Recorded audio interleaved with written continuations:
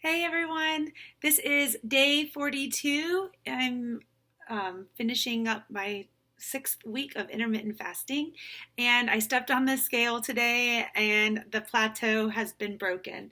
I am now at 208, so I've lost 2 pounds since last week.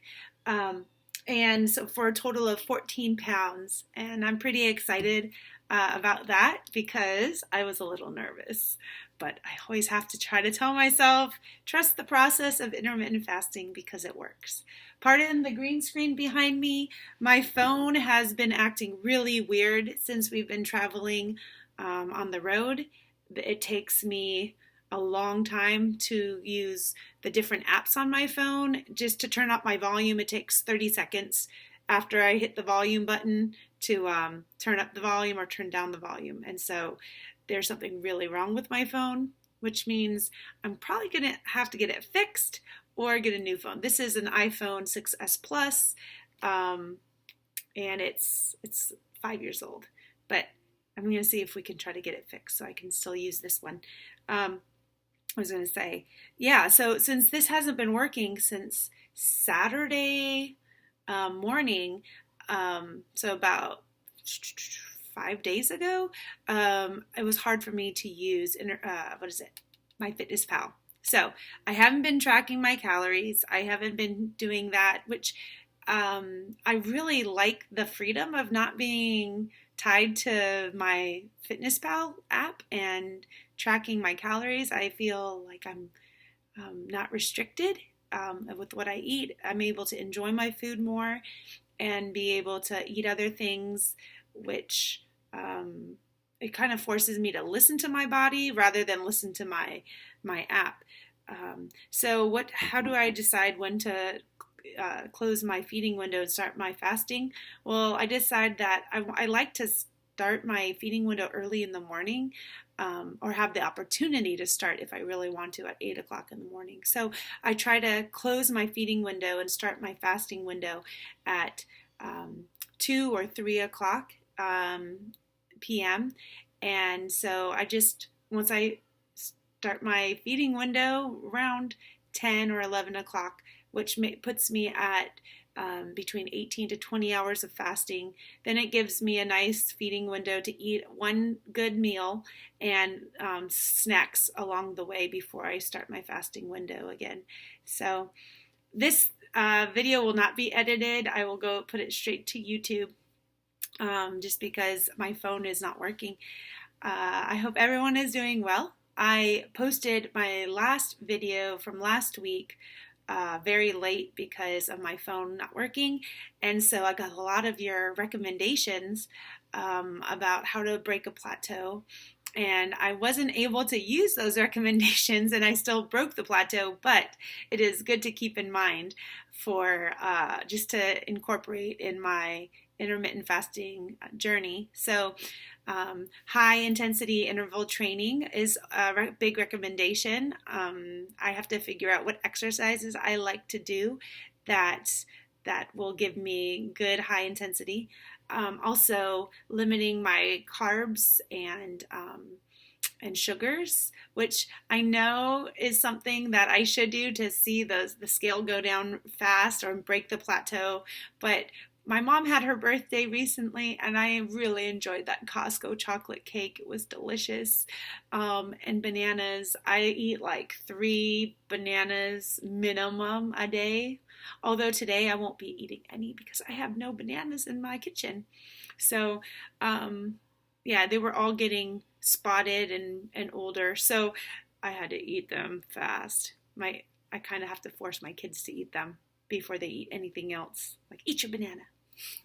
Anyways, yeah, so those are the top 2 things that people recommended me, was limiting my sugar and add high intensity interval training to my plan.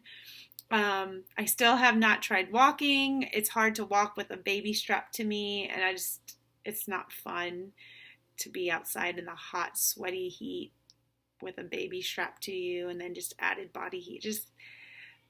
We don't have a stroller for him right now. We're going to wait till he gets a little bit bigger so we don't have to buy any extra strollers.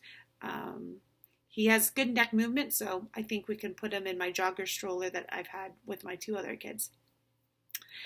Whether or not I jog, that's a different story, but I definitely would be able to start walking again. So in the meantime, I'm just following my 16-8 schedule, which actually has become 18-6, which means I fast for 18 hours and have an eating window of 6 hours. So I fast and then I eat.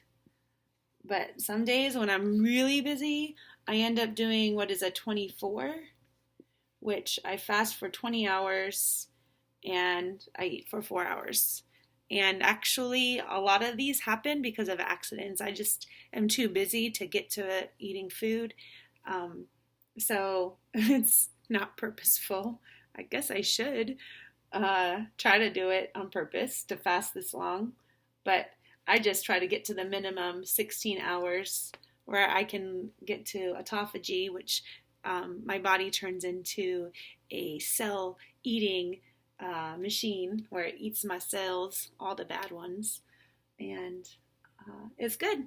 As far as the breastfeeding side goes, I'm still producing lots of milk for the baby. I am giving him probably about 4 ounces to 8 ounces of formula a day to supplement, and I think a lot of that has to do with my Plexus that I'm taking, my domperidone.